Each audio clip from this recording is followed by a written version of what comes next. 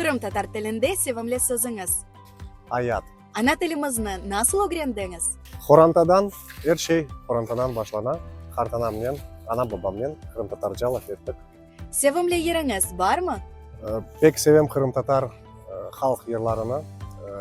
Bir yerini pek kıyın seçip almak. Olsun şu Yaltadan. Yerlarsınız. Yerlarım. Şu Yaltadan taş yükledim, gemim dolmadı. Şu yaşlıkta bir yar sevdim, benim olmadı.